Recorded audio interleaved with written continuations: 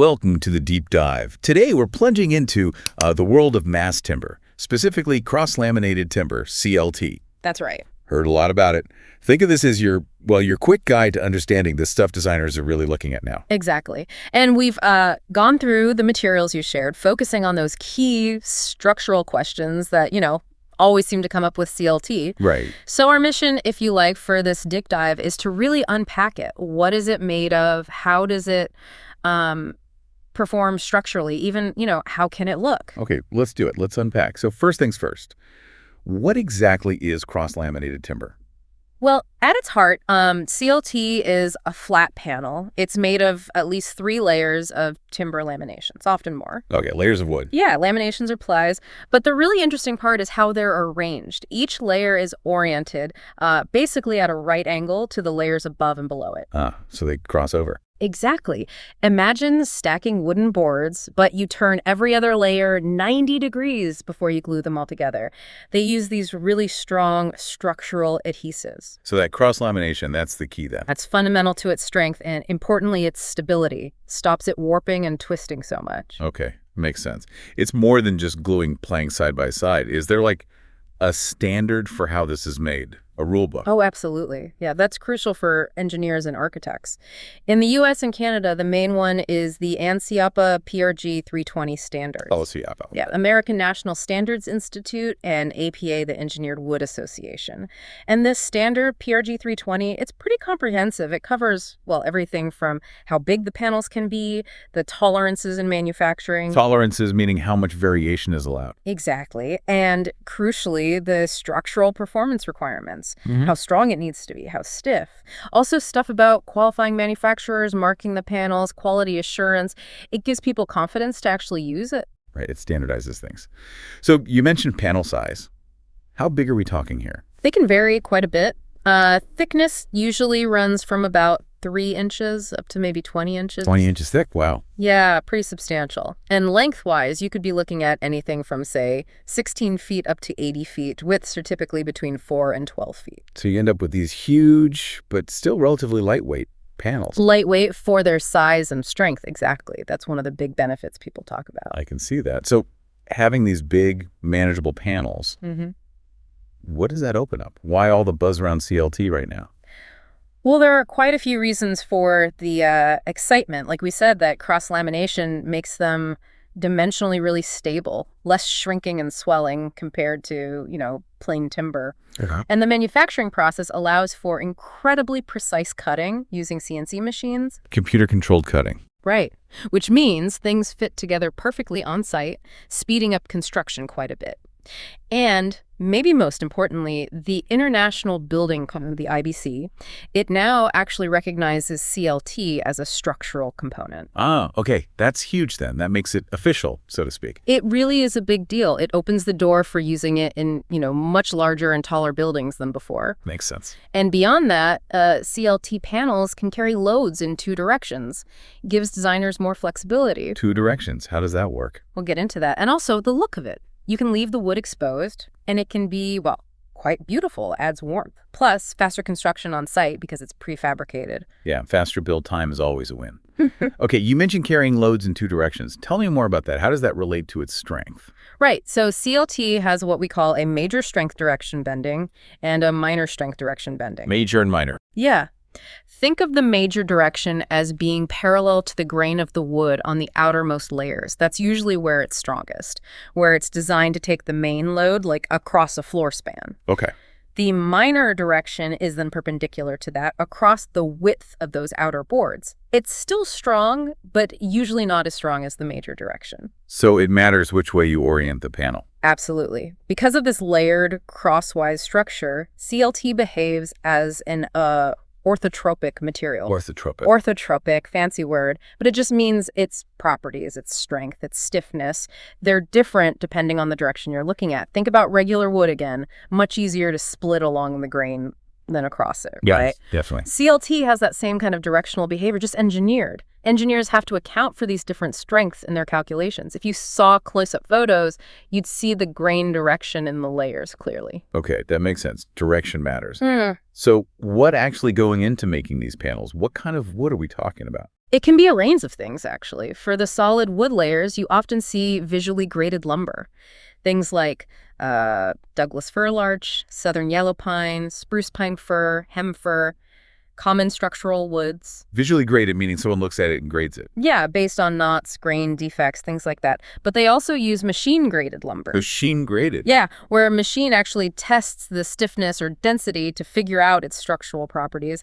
That's often rated according to standards like ASLC PS20, that's the American Lumber Standard Committee's standard. Gotcha. And then there's also Structural Composite Lumber, SCL. FEL, like engineered wood products. Exactly. Things like LVL, laminated veneer lumber, or LSL, laminated strand lumber, even PSL, parallel strand lumber.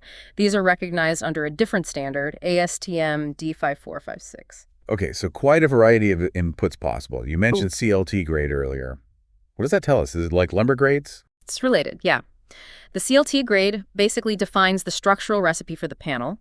It tells you what kind of lumber or SCL is used, and crucially, it specifies the resulting strength properties in both the major and minor directions. Ah, so the grade tells the engineer how strong it is, whichever way they use it. Precisely. And you'll often see grades denoted with letters like E grades and V grades. E and V, what's the difference there? Generally, E grades like E1, E2 mean they use machine-graded lumber or lumber with specific engineered properties. The grade often specifies a target bending strength, like 1950, and a stiffness, like 1.7E. So an E1 might be 1950 F 1.7E MSR SPF tag 3 tells you the stress rating, the stiffness, E stands for modulus of elasticity, the type of grading, machine stress rated, the species, spruce pine fir, and the lumber grade, hash there. Okay, that's quite specific. And V grades. V grades, like V1, V2, typically mean visually graded lumber was used. So a V1 might be something like hashtag 2 DFL, BFL tag 3 DFL, indicating a mix of number 2 and number 3 grade Douglas fir larch. Right, so E for engineered or machine evaluated, V for visually graded. That helps. You also said custom grades are common. Very common. While the standard, PRG 320, lays out some basic grades, manufacturers often develop their own custom grades. Maybe to hit a specific structural target for a project, or maybe just to use their available wood resources more efficiently. Makes sense for manufacturers. Yeah. Let's zoom in a bit on those individual layers, the laminations. What are the key specs for those? Okay, so the lumber used has to be recognized by that American Lumber Standards Committee, ALSC, under their PS20 rules. There is a minimum density requirement to specific gravity of at least 0.35. Okay. And thickness. Well, the standard allows layers from 58 inch up to 2 inches. But in North America, the most common thickness you'll see is usually around 1 38 inches. 1 3/8. Why that specific size? It typically starts as standard nominal 2-inch lumber, like a 2x6 or 2x8, and gets planed down to that final 1 38-inch thickness for the lamination. Some makers do use thinner layers too, though. Got it. What about moisture? Wood moves with moisture changes. Big consideration. The target moisture content for the lumber when it's being manufactured into CLT is typically 12% plus or minus 3%. Keeping that consistent is important for quality and stability. Okay, 12%. And you mentioned SEO can be used for layers too. Yep, as long as it meets that ASTM D5456 standard for structural composite lumber. Right. And how are these layers actually arranged? You said 3-ply, 5-ply. That's the CLT layup. Exactly. The layup describes the arrangement of these layers, or plies. 3-ply and 5-ply are probably the most common. You can have more like 7 or 9 plies for really thick panels. And the direction alternates each time? Usually, yes. 0 degrees, 90 degrees, 0 degrees for a 3-ply. Or 0, 90, 0, 90, 0 for a 5-ply. Although sometimes you might see adjacent layers going in the same direction in specialized designs, but the alternating pattern is standard. Is one layup better than another? Well, 3-ply tends to be the most efficient in terms of material use per square foot, generally the most cost-effective. And usually the layers are all the same thickness, but you can have layups with different thickness layers, engineered for specific load conditions. Okay, quite customizable then. So we have the grade, the layup.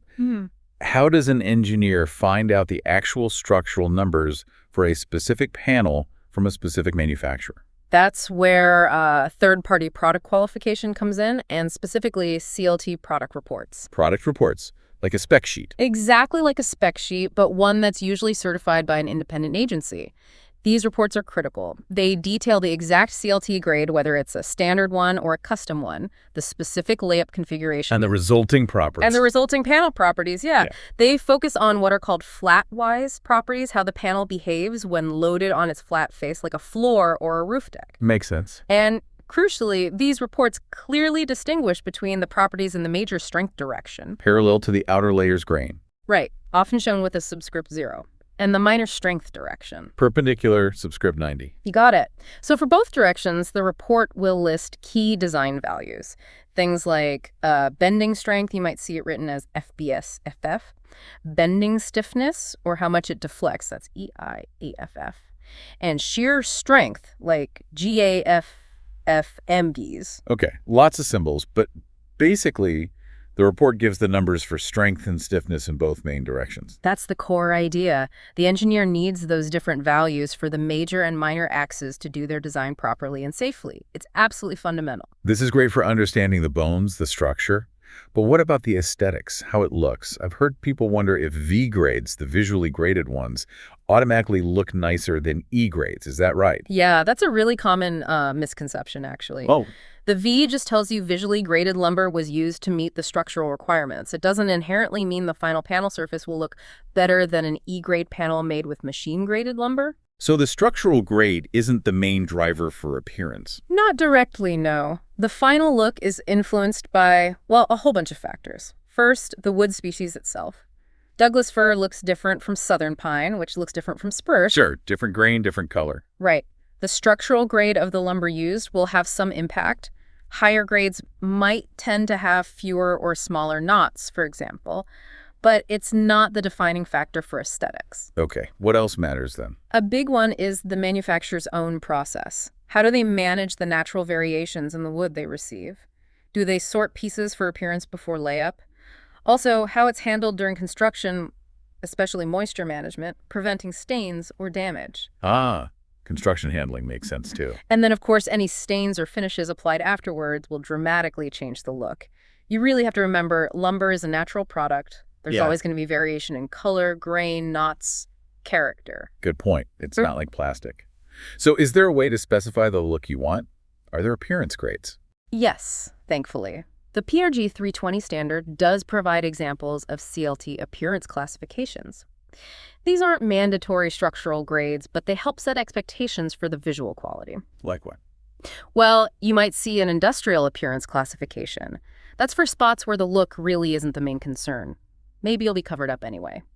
Examples might be industrial Douglas fir or industrial southern pine. Okay, basic utility look. Pretty much. Then there's usually something like an architectural appearance. Here, the look is important. Maybe it's going to be exposed, but it's not necessarily aiming for, fine furniture perfection.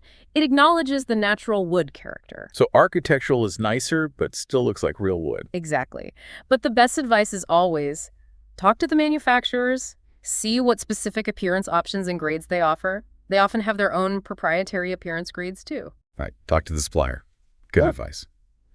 Okay, this has been super helpful, a really great deep dive into CLT. So just to kind of wrap up the key points. Yep. We've got this engineered wood product, CLT, strong, stable because of the cross-lamination. Yep. Its structural properties depend on the grade E or V in the layup, 3-ply, 5-ply, etc. Correct. Defined in those product reports. We know different woods can go into it. Yeah. But crucially, the structural grade doesn't automatically dictate the final visual appearance. That's a whole separate set of factors. Exactly. I think that distinction is maybe the biggest aha moment for many people. Understanding that structural grading, the E and V stuff, is about engineering performance, while the final look comes down to species, manufacturing choices, finishing, and just the natural variability of wood. Definitely a key takeaway. Okay, so here's something to maybe leave our listeners thinking about.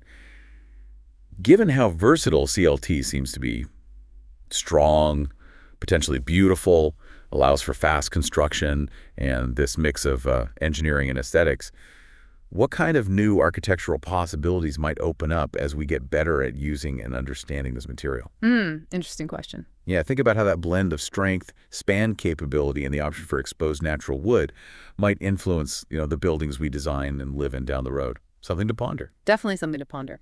Thanks for joining us for this deep dive.